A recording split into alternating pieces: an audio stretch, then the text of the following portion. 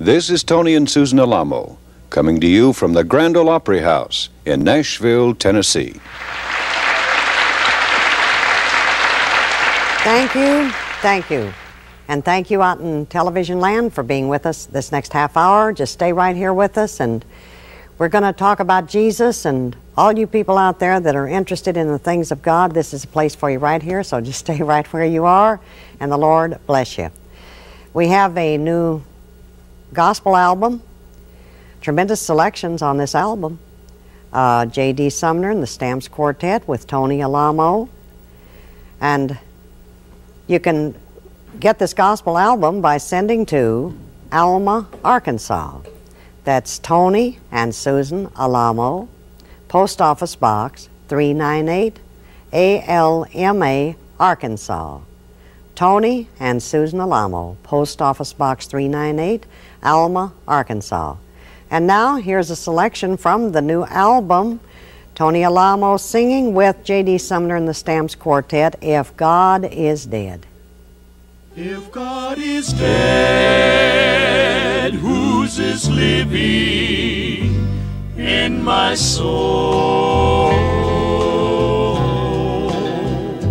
He puts flowers on the hills, our cups he gladly fills. How can you turn around and say God is dead when their stories have all been told? There's one thing I'd like to know. If God is dead, who's this living in my soul?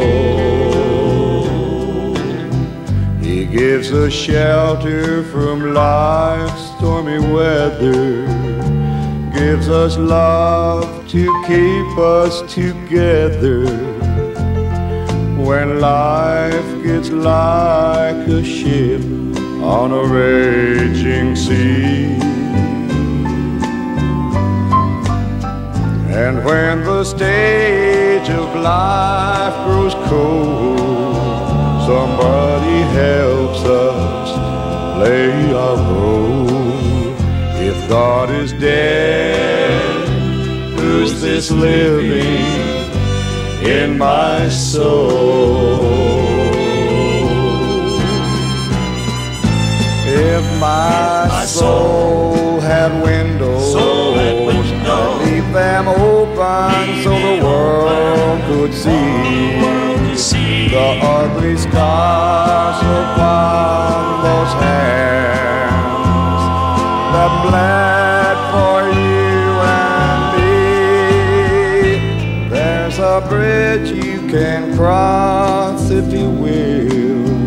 The toll was paid on Golgotha's hill. If God is dead, who's this living in my soul? If God is dead, who's this living in my soul?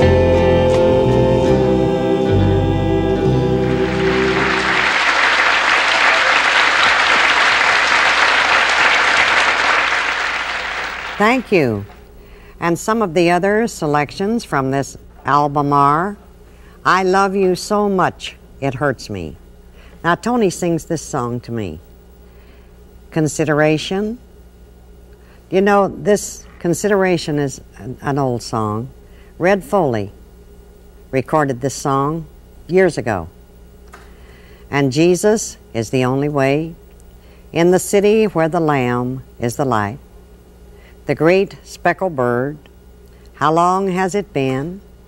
If God is dead, He brought me out just over in the glory land. Put your hand in the hand. I'll never be lonely again. How great thou art.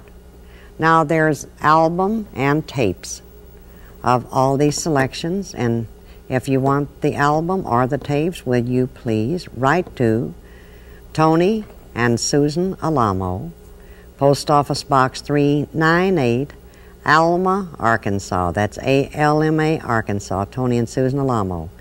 Album is $5 and tapes are $6. So let us hear from you right away. Let us hear from you this week anyway. You know, we have been on television so many years now that we know so many of you people out there, and we do hear from you from time to time. Let us hear from you this next week and tell us if you enjoy the telecast, and write in for prayer requests, because we have several hundred people that immediately take your prayer request and they put them on the prayer room door, and then every person that goes in to take their prayer hour, they look at the prayer request on the side of the prayer room door, and then they all go in and they take it to the Lord. You know, this is the way we started this work. Was founded upon the old-time religion. You know, our church is exactly like the beginning of the fundamental churches. That's exactly the way we started. The reason why our ministry started like it did, I think a lot of times that people may not understand what really is in another person's heart. But we had a drug problem that was very close to us, and it was something that broke our hearts. And actually, we were responsible for this thing, but we didn't realize it at the time. There was a weight problem, and we took someone very close to us to what we felt was a very qualified doctor. And they gave him a prescription, and we realized later that actually what they were taking was what the young people call uppers. And the person was very young at that time, 10, 11 years old. And after several months of that, the nerves just simply collapsed. And we took them back to the doctor again, and they gave them another prescription. So actually what they were taking were uppers in the daytime, downers at night. This is the way the young people refer to these drugs. And they're very, very dangerous drugs. Especially dangerous to very young people in their formative years when the brain is still growing. We had a very, very serious problem from it. Do you know that this is the thing that made me purpose in my heart that I would make Satan pay for this thing that he had done?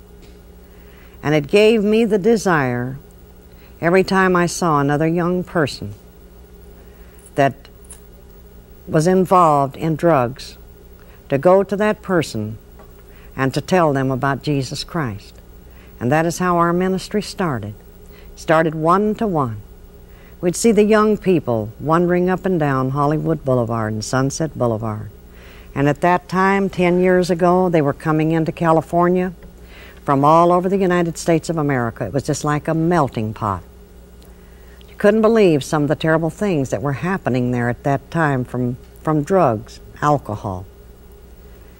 I had such a burden on my heart for these young people and what the effects of drugs can actually do to a young mind, young body, a young soul. So we just went out into the streets where they were. We asked them, why are you destroying your mind, your soul, and your body? Don't you realize that this is why Jesus died? That you could have life and have it more abundantly? He died that you could live. And don't you realize that by living the kind of life that you're living now and destroying your body and your mind, that the inevitables are a prison ward, a marble slab?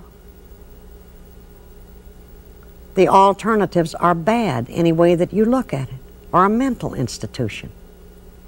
But here is Jesus Christ, and this is why he died. Accept Christ into your heart.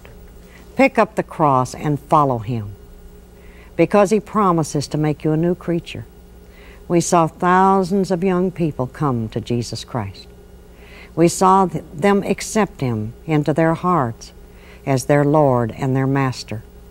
It wasn't some emotional type of thing that lasted for a few days and passed away. A lot of these people have been with us now in this ministry for 10 years. Married, have families of their own. They've become citizens. They've become responsible people. They've become people that operate businesses of their own and send their children to school. They become outstanding citizens. And do you know this is the only answer for the world today is in Jesus Christ? I have no answers for any of the world's problems. Either does any other person that's upon the face of this earth today. We see, like the Lord said in the last days, that men will be debating.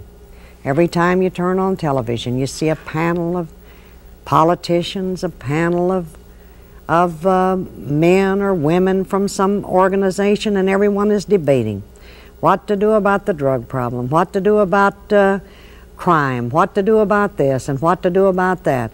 And always it's the same answer.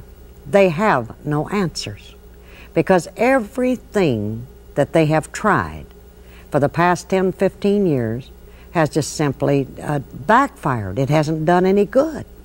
The only lasting effects of good that you can see is what has been brought by Jesus Christ. There's no other answer. I don't care what the world's problems are. But you see, Lucifer is a deceiver. And anything in the world that he can do to take away from the glory of God, anything in the world that he can do to ridicule the people of God, the power of God, the reality of Jesus Christ, he's a master of deceit. And this is his overall program, is to completely discredit the people, the army of God, the true born-again Christian. This is what he is after, to either make you to believe that it's foolishness to believe that there is such a thing as Lucifer, or such a power as God, that this is foolishness. But you know, I know that people do not believe that. Because when people look at what has happened to us in the past 10 years, you think back 10 years before that, you would never have believed it were possible that the things could happen that have happened in the past 10 years. And I think that any person who is intelligent or thinks intelligently in any manner can see that there's something terribly wrong. And it isn't getting any better, it's continuously getting worse. What people need is not a new Bible, but get back to the old one. Not a lot of new rock songs, but back to the old gospel standards. Back to God, back to a place that we have lost in Him. And to set this old United States of America back on a course towards God. Not a course of philosophies, because they're going to fail. It doesn't make any difference what man may devise to replace God.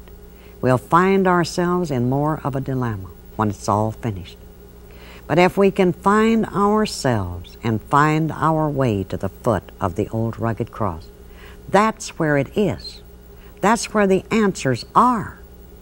And do you know that with seeing thousands and thousands of young people come to Jesus Christ and see them just kneel down and ask God to have mercy upon them and ask Christ to come into their heart and make them a new creature?